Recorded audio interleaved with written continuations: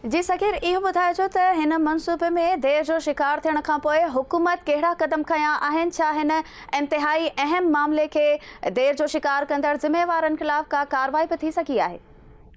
ॾिसो रोशनी, सिंध हुकूमत जी दिलचस्पी जेका आहे उहा नज़र न पई अचे, छाकाणि जो मुख़्तलिफ़ इन में मामला आहिनि ऐं ही 6 सालनि खां इन जो कमु बंदि आहे। 11 साल थी विया आहिनि। इन मनसूबे जो कमु जेको आहे उहो मुकमल न थी सघियो आहे। हाणे इन ॿिनि मनसूबनि खे मुकमल करण जे लाइ सिंध हुकूमत मुर्ज़ा वहाब जी सरबराही में हिकिड़ी 9 रुकनी कमेटी ठाही हुई। उन कमेटी में वर्क्स एंड सर्विसिस खाते जो सेक्रेटरी GA ऐं PD सिंध इन मनसूबे जो PD ऐं रिथाबंदी बोर्ड जो चीफ जेको आहे उहो इन में शामिल हुयो। पर उन कमेटी खे इहो टास्क ॾिनो वियो हो त हिन समूरी सूरताल जो जाइज़ो वरितो वञे ऐं इहो ऑपरेशनल जेको आहे इनखे करण जे लाइ तजवीज़ूं जेके आहिनि उहे पेश कयूं वञनि, सिफ़ारिशूं ॾिनियूं वञनि त ही मनसूबे में आख़िरकार छा आहे ऐं छो मनसूबो जेको आहे उहो मुकमल न पियो थिए। पर हिन कमेटी खे बि जेका आहे उहा तक़रीबन 1.5 साल थी वियो आहे, पर इन कमेटी बि जेको आहे उहो को बि खड़तेल इन जो न निकिरी सघियो आहे। उनजी कारकर्दगी बि जेका उहा ज़ीरो आहे